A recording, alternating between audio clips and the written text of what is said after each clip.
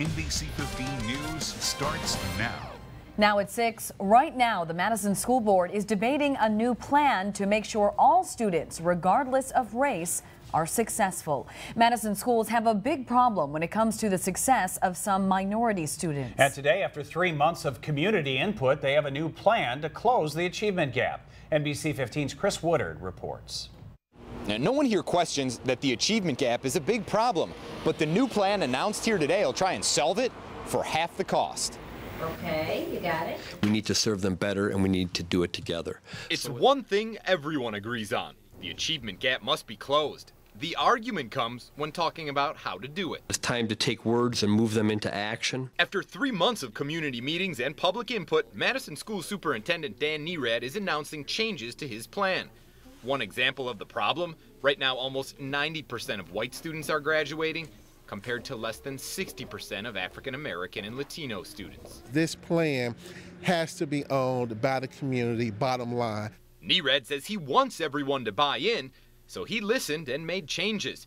One big difference is the new plan will only cost half as much as the one he proposed in February.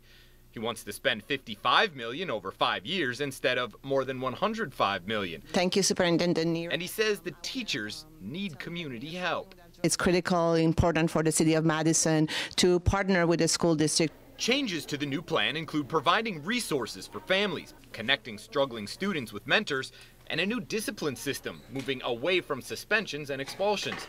And even though this is half the cost, the challenge now is finding money to support the plan when the district also has to fund their budget and maintenance. I would assert that what should be priority is ensuring better outcomes for kids, but those other needs are real needs too. Here tonight, a Board of Education committee will begin looking at this new plan to see what they think and if they want to recommend any additional changes. In Madison, I'm Chris Woodard for NBC 15. And as Chris just mentioned, their committee and board members begin their conversations on the plan tonight, and Nerad is hoping they'll be able to finalize a budget, including achievement gap spending, by June 18th.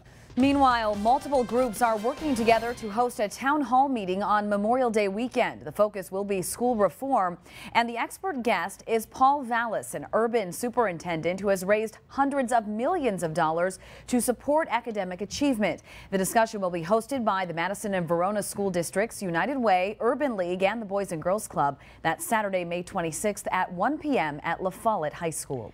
Deputies